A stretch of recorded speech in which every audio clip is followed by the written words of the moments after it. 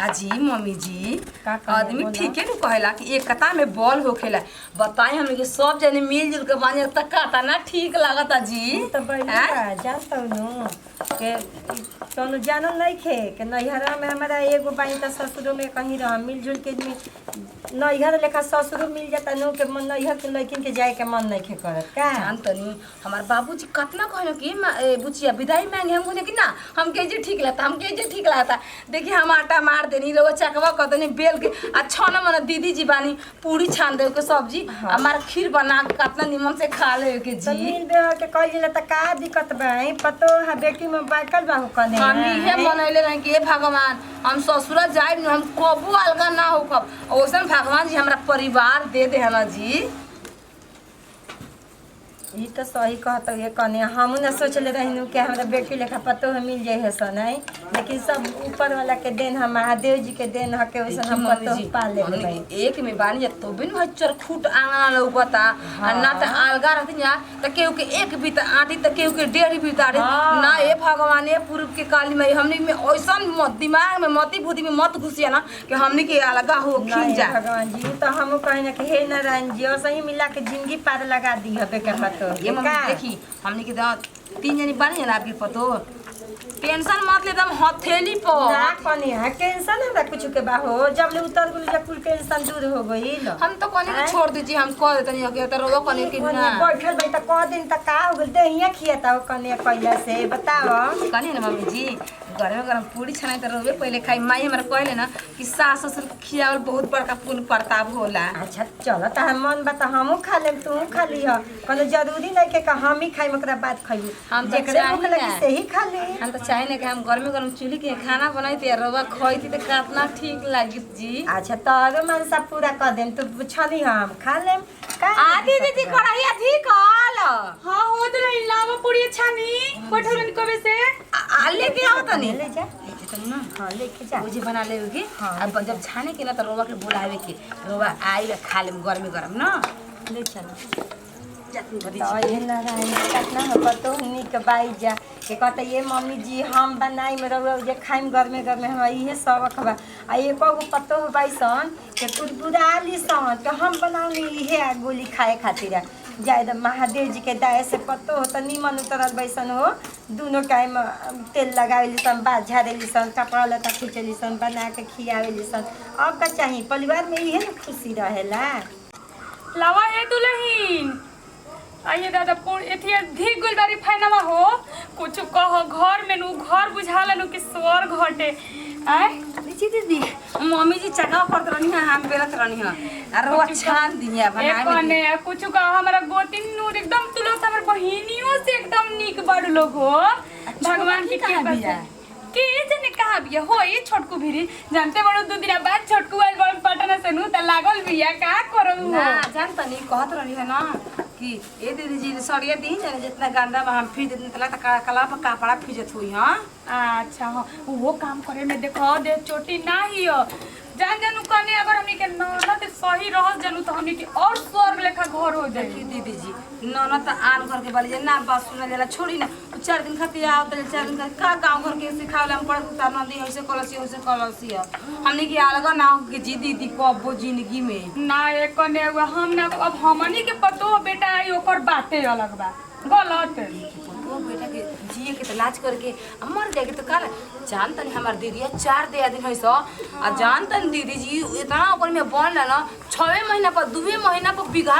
के ऊपर खरीद ली सो बताओ तो हां दीदी कहले ए बुचिया एकता में बल होके जाए एकता रही ना त कुछ आदमी कर सकेला ई बात सही कहता रुकने आजकल नु चल एक करे पवा खाती देखो तनी लोग में झगड़ा हो जाता है जान लू ए छोटा को एक ने तारा भूख लागल त तू खा ल ना ना हम निकाल तनी हमने के देखी इहे तो कहला कि स्वर्ग जैसा परिवार न चलावला से चलला बनाए के सब जने के कि फैमिली के साथ बैठ के खाए के मजा ही कुछ अलग लागेला नीमको रोटी लागेला न एकदम सब्जी रोटी दाल रोटी खातनी हम बन जाई तो सब ऊपर के खाए के हम ए कने सुन ना कने की तार भतीजा के मुंडन हो गइल ना दीदी होई तो रोवा के हम लिया ना चलम ना कहले रहू ऐसे याद पड़ला कि किन के कपड़ा अगला महीना में बाटे अगला महीना में हां हम रोवा छोटा के तीनों जानी हमने के चले के ठीक ना ए छोटा को छोटकू कपड़ा पीछे थोई जाए अंगना घर बाहर बेचारी वो काम करे लागले नु तो दूसरा के बात ना सुने। छिपा लेबा हो पूरी रखे खातिर तनी छिपा पे ठा दो तो फिजिया कपड़ावा का बाजी दीदी कुछ ना तनी। अच्छा रात हरफ दे नहीं का चाहिए दीदी जी? का करत रहलू ह और कुछ ना दीदी जी, मम्मी के फोन आई रहल तनी बतियावत रहनी। अच्छा हमरे कपड़ा कतलू फिर जतन फिर कपड़ा पीछे लगल डाल देनी ना खींच के तंची कुछ कहि करो हाथ खूब चलेला कोने के ना चट मनी खींच के डाल देवेली बेचारी। अरे वो गीत गाओ त पूरी छाप हो जा कनिया। अब बताएं दीदी, अब हम छोड़ गए वो सब। हमार भाई के लड़की के शादी बस शादी मिले तो गीत गावे के पड़ी। हाँ, काहे ना? में गीत गावे छै। एगो भौजी के लड़का हो त बरही में छठियारी में सोहर गावे के पड़ी। गाना ना गीत उतना कोई बू हां नाना धमनिए के बनी जा का हो छोट ओ भौजी लो। हां जी दीदी अब जाना तानी दीदी जी, अब हम ना फिल्मी गाना गइले बानी सुनले बानी त हमरा ई गुलावेला। अरे गाओ कोनो गाओ तनी निक लागी तनी मिलजुल के के गीत गावत रहे के बनावत रहे के। किस्सा त नदिया परवा से मोरे भैया आइले रे ननदी मोरे भैया आइले रे ननदी। अरे तो वो नहीं बाबा विधवा करे छोटी रे ननदी तो वो नहीं बाबा विधवा करे छोटी रे ननदी। सिया के तेलवा करहिया जरे रे ननदी करहिया जरे रे ननदी रे ननदी जैसे जोरे जियारा हमार छोटी रे ननदी। कितना निक लागेला सही म्यूजिक। सोची जी बड़ी निक लागता गाना गावे में। ये सब गीत नु रहे त और है कैसे गीतिया बहो कि तेज देबो हीरा मोती सारा रे गहना सजनवा कैसे बलमुआ कैसे तेज बरे छोटी ननदी बलमुआ कैसे तेज बरे छोटी ननदी जिया ढोले रे छोटी ननदी हमार जिया डोले रे छोटी ननदी बलमुआ कैसे साजनवा कैसे तेज बरे छोटी ननदी साजनवा कैसे तेज बरे छोटी ननदी। अब यही जगह पर रानी भतर काटी हुई तो कितना खराब लगे। आई हो कुकुदे दादा। कुकुदे आदमी बुझा लनु कि मर जाओ। भतीजा के गोई त बरही मन सोहर याद बा जिरुआ। का बात कहतनी कहतनु कन्या आई ऐसे गावे जाई कि धन धन भागला नामा तली हाला जनमा हो एलना लालो आचर उला एलना भइले आचर गुला झारा अंगन उठे सोहर हो एलना कइला आचर गुला झारा अंगन उठे सोहर। अरे 12 दिन के बरहिया नहीं बीतल हो एलना खिड़की तरे झाके ले बलमुआ देखल मोहला गेला हो एलना खिड़की तरे झाके ले बलमुआ देखत मोहला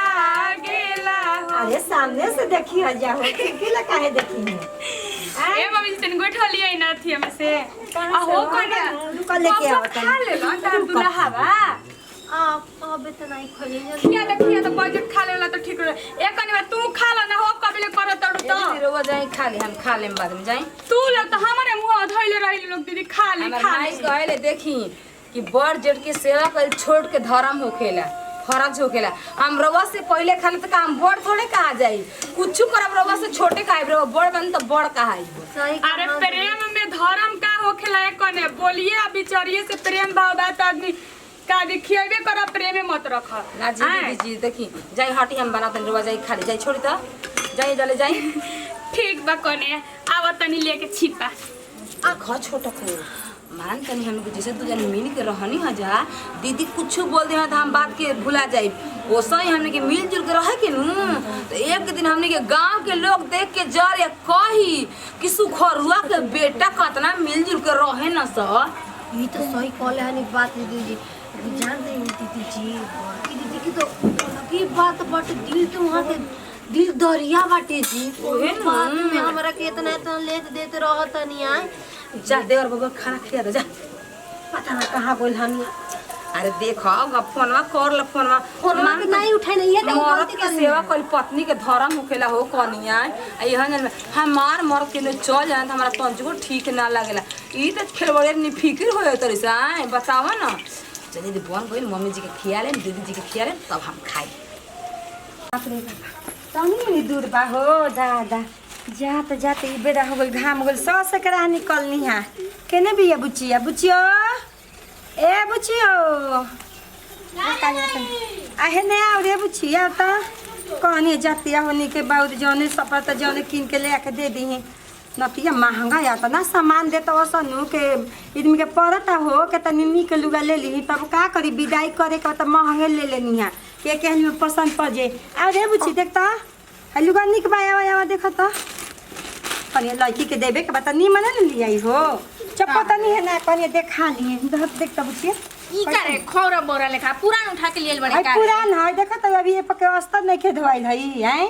कोइसन बारे माई ई का कहती रे का तना निक लुगा ले में दुगो मेहरानू रहले से त कहनी है कि ए बहिनी तनी देख लो कैसन बा लड़की के देवे के विदाई भौजी कितना लह चाह पहनले बाड़ी उनकरा के देखू कैसन पहनले बाड़ी नु हम कतनो निमन ले त उनकरा के ठीक लगा बढ़िया दे किनले बड़े हमारा पहले खातिर देख पुरान खोल के देख पेनवे त तोरा में बग बग लागी एगो त गोद बावे एकदम बुझाई के बत्ती लेखा बरत रे खराब नहीं खेलुगा बा जानले अब तोरा के कैसन कीनी हम कितना ही बुझाई का कही रे माई आए है कितना के लुगा पहले अंजादा लगाओ ना कतनो के रहे 3300 के देला है ये जानले कतनो के देबे एकरो से काहे ना महंगा लेके आइले है अरे अभी कदू ने निक लुगा हो खेला रे बुचिया ते हूं जब बतिया जैसा हम अपना से आई देखो कहे संगनो के भाई के बियाह में गई रहलू तो हैसने साड़ी लेके आइलू तार भौजाई हैसने देलसिया अरे तो भौजाई वाला तो तो अलग बा है हम अपना दिन से विदाई कर भैया ले मांग के ना लिया पैसा और ये 2-4 हजार मिला देते बबुई देला तू हाला क के पूरा घर जना दे बुझलू हम तो इहे लागत धर एकरा के निक से नाम हसवाई में धनी मनी घरे हमर शादी भइल बाटे ठीक बा ऐसन कुल साड़ी ना लेम हम ले जाओ अपन ते अपन रखले रहो ठीक बा ते हमर नाम हसवाई में धनी मनी घरे शादी यही से कइले है कैसन पुरान धुरान हैसन लुगरी लेखा साड़ी देबे हमरा के आए हमर सास लोग का कहन जा रे हम मर्दो कही जूता मारी कही का रे कैसन मिलल ह तोरा के कपड़ा हमारा घरे कैसन पहनलिस 5-6 हजार के तो हम घर में पहनी ना ए बुचिया जान तो तोरा का कितना हम पैसा माने जतन से बटोर के धले रही ना उठाने बियाह शादी में के जेबे तो तोरा का महंगा एगो लुगा किन के दे मैं अब ते ऐसे करे लगलिस त बता एक मतलब ई ना ह के हम तो बियाह कर दिन धनी मन की है तो बेटी के समझे के चाहिए मातारी के हाँ माई हम कैसन रहे कैसन घर में कह दिले बिया तो लुगरियो दी तो हमरा खातिर मने बनारसी का है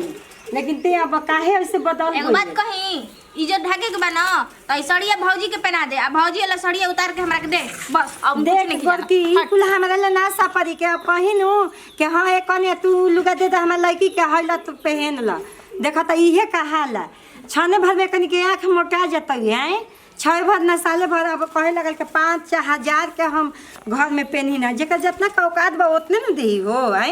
ये कौन माने हो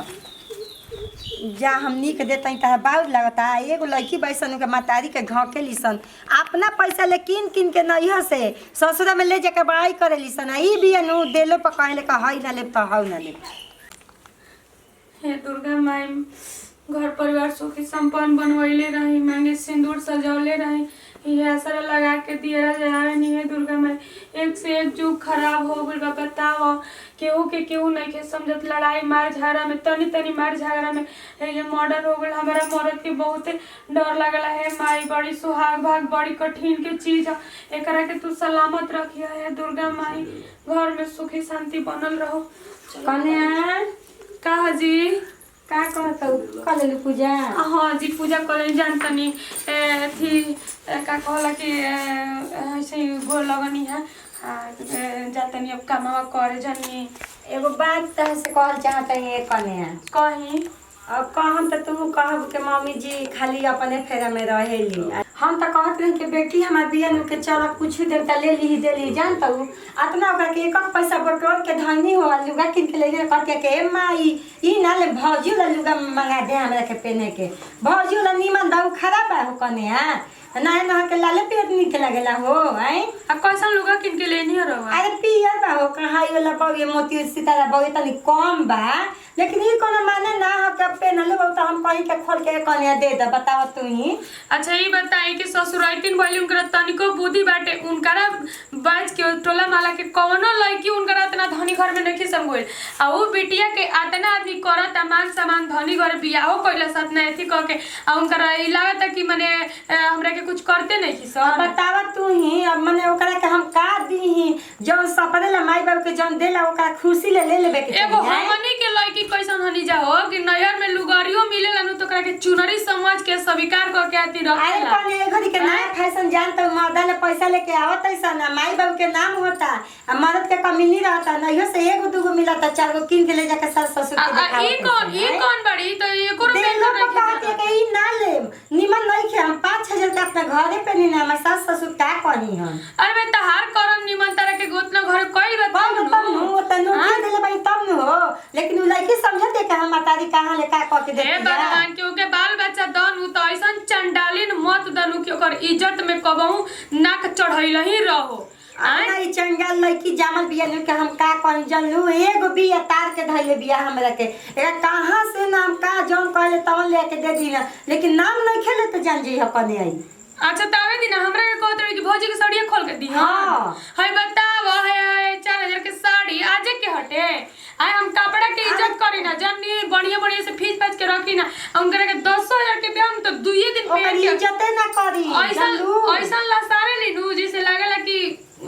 गली बाहर के ताई तो एकदम कुफुत कइले रहत रही हे देवी माई क्षमा करो जय दे कन्या दुर्गा माई ले ये बहन का मती घूम जाके जन दिया त ना खुशी ले लेके चल जा उ अपन रास्ता बंद करते हैं हम जी अपन रास्ता बंद करते रही उ नैहर से नाता तोड़ल चाहत रही जब ऐसे शासन करियो त आत्मा जुटी कि नंदी के बोलाई हम झगड़ा पहले बड़े कारे माई सुनाई देता पता नहीं कितना चाय बोलतिया ओकरा मुंह में ते के बोले के एकदम स्वाहुरे ना रहला चल हम खा के हमरा संन्यास बतियास तो बता देली चल निकाल दो उल को देख ले बताओ घर में अभी आग नहीं थे जोड़े ई ना बेटिया के देह नेवेला नु कि भौजैया तनी पूजा पाठ करे ले तनी अस्त व्यस्त रहे लेनु त तनी चाहो बना के दे दी मतरिया के पी लीनु त आसरा ताकत रहे ले कि भौजैया करी नु तबे हम करम आय बताओ नकचढ़ी भइल बड़ी कि हमरा के हइए द ई कौन चाल हटे ना काम ना धंधा ना रोटी बंदा खाली गोतिनी लेखाई ननद दाज करेले ओइसन हमर गोतिनियो आई त दाज करे कि ना करे हमरा से ए भाजी के कराले बतियाओ तुमको का हो बैठ का कहतड़ो एगो बात कह दनी कि है अपन लुगा खोला है लुगा पहन ला ई का कहता माई नए लेके आइल बिया तो सना गुल बड़ू का हो आई पुरान हो गइल बाटे ई लुगा खोल के रख द तो तहरे से का मतलब हम लुगा खोली ना खोली तू काहे आज कइले बड़ू ए बेटी हुआ हम अपना घरे ले जाई माने सबसे ना आलो तो पुरान चुरान लुगा ले जीबू घरे अपना तो माई तरह के नया जमाना के नया मॉडल के लिए आई देखो हई लुगा किन के लाइल बड़ी ए लुगा में कौन खराबी बा तनी बतावा तो वो ना कहते कौन खराबी बा तू ना पहन सकेलू आहो तो तहरा के लेल बड़ी तो हमरा के दिहन तो हम अपना तरफ से तारा के दे देते तू हई हमरा के दे दो तारा मन में बिटिवा बहुत मैल बाटे जान लू एक से एक लड़की बड़ी सन की जवाने मिला त ऊ ले ले बड़ी तारा ई सोचे के चाहिए ना कि एगो ननद बिया तो और बढ़ चढ़ के दी ही ए बढ़ चढ़ के लुगा ये क्यों से बताओ त 3-4 हजार के लुगा दिया त हई दूधू को आई हमनी के त दूधू को मिलतो ना रे जतने दिया त उतनी तार मन बढ़ता का ठीक बाटे हई दोनों ले तनी हईयो दे दो हमरा के माने हे करे पर ढीठ करैले बाड़ू हैं हमर इहे निके लागत हम इहे ले जाई अब तू जैसे भी दो ना तो हम फाड़ देम पैसा ना आदमी हम ना देखनी है देखो तरह के निमने से कहत रही तू अपन नैहर से नाता तोड़े के बा तो तू अपन सोच विचार का हो कन्या बताओ ना हमरे से का हो देखो तेरे माई हमरा लड़ तरी ना ऐसे बोले के चाहिए इनकरा तो ई सोचे के चाहिए ना कि एगो ननद बिया एकरा के बढ़ चढ़ के दी नया नया लुगा रखले बड़ी अलमारी में चोरवा के कुल हम भइए कमैया हनु त कमाइया ह त मने तोरा के दिया त नहीं खे ओइसन ते में बात अच्छा ये बतियावे बताई हमरा कहत नहीं कि हमरा ससुरा में नाम होई निमन निमन लुगा देबू लोग त नाम के चलते अपन घर दुआर आ जज्बात आदमी बेच अरे दो जतना देबे के रह दिया गुल जन मिलेला जन खुशी से ले लेबे के चाहिए ननद के देवे खातिर उहो करल हां जाला त देख ली हम ई दे दे तनी खोल के लेकिन भुला जाइम नु कि और नैहर रह जा बाटे जल्दी कहाँ जा- आई जब तक ले जिंदा रही तब तक ले हम आई तबे त हंस झगड़ा कर बढ़िया दे बतियो त तारा मुंह के उआटी ना आ त झगड़ा को के लेबल जला तो दिमाग नहीं खे तोरा के त एक से एक सामान तोरा के दिहली लेली झापी हां जोन मेरे बताई सुनी तो उहे न कहत नहीं भईवा हमर एक से एक पहनावेला तबे नु अरे त पाहुन के काउन ची के कमी बा तोरा काउन ची के कमी बा के जे तो झगड़ा तू कर अपन अरे भाई तेरा बुझाता टे तू पागल होवे तू अपना मर्द से मांगो तारा तो सोचे के चाही कि चांदी के हइसन हइसन बाला तारा के चूड़ा में हम सेट लगा के दे देनी जौन हमार चढ़ा रहे हमरा हइसन करेजा वाला भौजाई ना मिलबो तारा के जल्लू वो ऐसे तो सब कोई हंसत रहे कि चानी के लेके ले कारे तो सोना के कहां से दी जा सोना के अरे बच्ची तू ही जेकरा बता जितना रहला ओकर उतने करेला तोरो खूब डिमांड हो गइल बा ना ए माई हाउ दे दे एगो लड़की होके जैसे उहे हाल तो हाय देखो हां दोनों सास बतो एकदम गुन्नी गुत्थी मिल गइल बड़ी सन हाँ, हराउल जहां तोरी सन दोनों हां हमरा निक निक लुगा देले भाई तबे नइखे नाव लेतनी बिकिया के हां हमरा के निमन लुगा मिलल बा ताई मामा जी की होई काहे इतना तरले बड़ी जिनकरा लेखा लइकी तम टोला में नइखी देखले अब बतावा तू ही कने लुगा खराब ऐसन हो हसे कौन लड़की करेली सन हो दिना हम कलौती लीलौती आवेली सन जौने ओका माई देबे ले फेरिया वाला लुगा जान जे 200 300 के लेके चल गेली सन ना कब मुंह ले निकाले सन के हां रे माई है निमन नहीं खे ना ले आ एकरा कहू देखो दूधू को हम ले आइल भाई कते निक निक साड़ी तब कहत एक निमन नहीं खे जकरा जतने मिलेला नु ओतने आघा के उलबुला के मर जाला त ये उ करत रे एकदम लड़की नु आवे ले नु त तार देबे ले हमरा के एकदम रवाइन पराइन जीव करे ले कने हम अबे इच्छा बनाए के बाटे एक सवेरे से हम पूजा करे बैठल बनी लगी तनिको सोचलिए कि तनी भजिए के हाथ बटा दी कौना माया से इनकरे के हम दी हमर त बड़ापन मानू कि हम इनकरे के कह देनी दूसर भजाई ना करी त कन्या तू ठीक कहत हूँ ओकरा में गलती काम बता धंधा हमरा नहीं करतई। थे बतावा हो हमारे एगो पतो है उठ के एक सवेरे ले हाथ तक काम करते बिकिया के तनकी नानो एकदम दे हिले ला के हाथ चाहो बना के त दे दी भौजैया मैया के आई यही पर हाथ ना डिमांड करते कि हम हइले में हौले